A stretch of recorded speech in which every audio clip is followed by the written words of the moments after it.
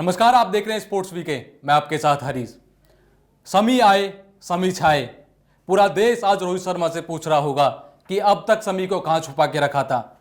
मोहम्मद समी 5वें मैच में आते हैं और पंजा खोल देते हैं। बिल्कुल। अब बिल्कुल हरीश, देखिए जिस प्रकार से वो एकदम से 5वें मैच में आए और एकदम से उन्होंने पंजा खोला, बल्कि एक बार तो हैट्रिक उनकी होने वाली थी लेकिन वो रुक गए। तो यकीनन एक सवाल तो जरूर पूछ रहा होगा पूरा देश कि कहां शमी को अब तक छुपा के रखा था। लेकिन वो कहते हैं कि देर आए और दुरुस्त आए। बिल्कुल, समी ने बेशक पंजा खोला हो, लेकिन लड़ाई न्यूजीलैंड ने भी पूरी लड़ी। उनके डेविड मिचेल ने 130 रन बनाए और सचिन रविंद्र, जो सबसे बड़ा थ्रेट माने जा रहे थे इंडिया के लिए, उन्होंने भी 75 रनों की शानदार पारी खेली। अगर थोड़ी देर और वक्त वो क्रीज पे टिकते तो शायद ये जो 372 पे रोका है वो 350 या 325 के करीब उनका स्कोर जा सकता था। बिल्कुल बिल्कुल हरीश, देखिए जिस प्रकार से उन्होंने खेली, और सबसे बड़ी बात इसमें ये रही कि भारतीय गेंदबाजों की भी हमें तारीफ करनी चाहिए, क्योंकि 7 खिलाड़ी ऐसे थे जो दहाई का अंक भी पूरा नहीं कर सके। तो कुल मिलाकर के 4 ही खिलाड़ी ऐसे हैं जिसमें से एक ने 17 रन मारे और 23 रन, और उसके बाद 75 और 130 रनों की पारी जो रविंद्र और उन्होंने खेली ही है, डेरिल मिचेल ने खेली ही है। तो यकीनन भारतीय गेंदबाजों की भी तारीफ की जानी चाहिए। और जिस प्रकार से लग रहा था कि बिल्कुल, जो मिडिल बीच में जो गेंदबाजी कर रहे थे, चाहे वो आप कुलदीप यादव की बात कर लें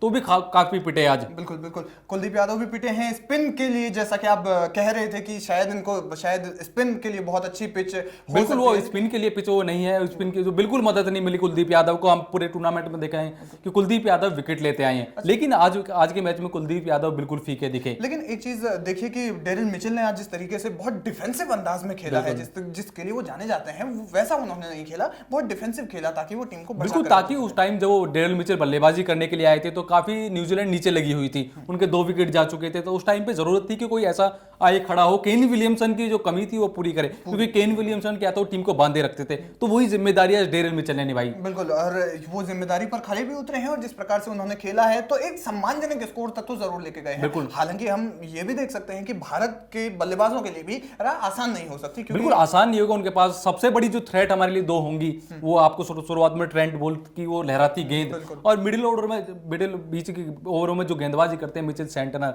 उनके पास भी काफी तजुर्बा है, इंडिया में खेलने का भी तजुर्बा है, और वो जानते हैं कि इंडियन बैट्समैन को कैसे आउट करना है, क्योंकि उन्हें करके दिखाया है पहले भी कई बार। और जाहिर तौर पर आईपीएल का खेलने का जो फायदा है वो कहीं ना कहीं, बिल्कुल, वो धोनी की कप्तानी में खेले हैं, वो जानते हैं कि इंडियन बैटर्स कैसे खेलते हैं। तो कहीं ना कहीं धोनी के साथ का खेलने का अनुभव उनको आज काम आएगा। बिल्कुल, और जिस प्रकार से देख रहे हैं कि और आज एक नया रिकॉर्ड बनने वाला है, शुभमन गिल बनाने वाले हैं, उस पर भी चर्चा होगी, हम बाद में उस पर चर्चा करेंगे। लेकिन इस वक्त ये जो मैच है वो एक बड़े मोड़ पर फंसा हुआ है, और अगर भारत इस मैच को जीत जाता है तो यकीनन पंजा खोल लेगा, और इसके साथ साथ ही आगे बढ़ने की जो संभावना है वो तेज हो जाएंगी। अब तक हमने देखा है कि जिस प्रकार से भारत ने बाद में बैटिंग करते हुए एक अच्छे रन रेट के साथ में वो मैच जीते हैं। तो क्या लगता है इस मैच में क्या कुछ हो सकता है? बिल्कुल, अगर शुरुआत में हम, जैसे मैंने आपको पहले भी बताया था, अगर ट्रेंट बोल्ट और मिचेल सेंटनर को अच्छे से खेल लेते हैं, उनके ओवर अच्छे से निकाल लेते हैं, बाकी जो कोई न्यूजीलैंड के पास इतना घातक गेंदबाजी नहीं जो इंडियन पिचेस पे इंडियन बल्लेबाज को परेशान करे। लेकिन ट्रेंट बोल्ट के पास वो हुनर है, मिचेल सेंटनर के पास वो कला है कि टीम इंडिया के बल्लेबाजों को कैसे फंसाया जाए।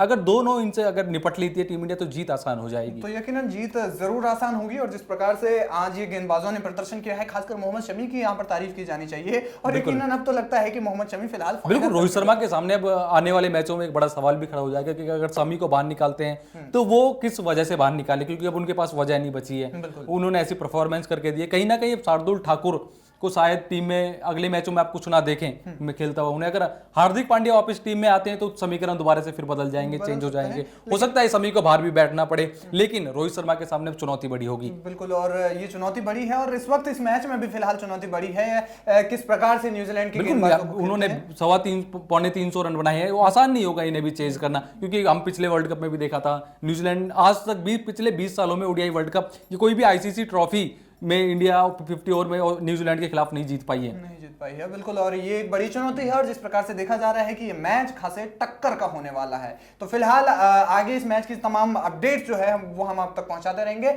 फिलहाल हमें दीजिए इजाजत और बने रहिए हमारे साथ, देखते रहिए स्पोर्ट्स वीके।